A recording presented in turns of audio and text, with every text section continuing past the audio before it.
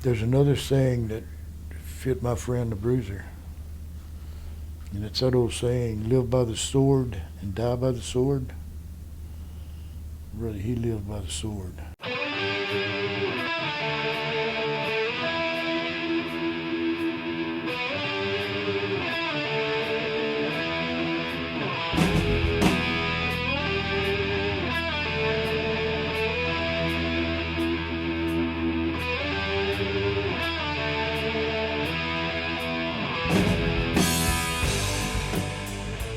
Frank did not lack any ingredient to being a star, and that's the reason he was a mega star and a legendary star. Bruiser Brody was one of the most vicious men I've ever seen in a wrestling ring. Tough as nails, wild as a buck. You wrestle him, you never knew what to expect. Bruiser Brody was the wave of a new era.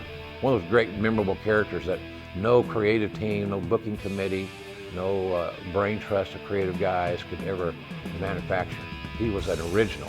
He was a real big name that, like in every place that he went, he was a main eventer instantly. In the ring, he was a violent man. If he didn't like you, he'd beat you to death.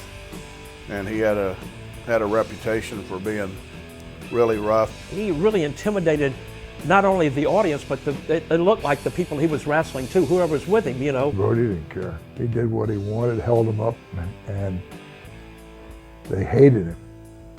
But he drew money. So he was a rebel. Not many guys would do that. There's a few guys who would argue, but they wouldn't go quite as far as Frank would. That was his problem. He was not afraid to speak up. And that's why he was known as the rebel and difficult to do business with. He embodied not only in the ring, but out of the ring, that outlaw spirit that professional wrestling, to me, is really about.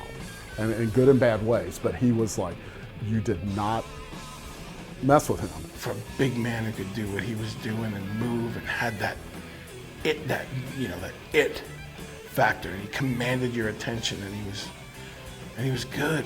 The greatest independent guy, for sure. He made a really good living out of being an independent and catering to nobody. He was a legend. Sooner or later, something's gonna happen that you ain't gonna have no control over.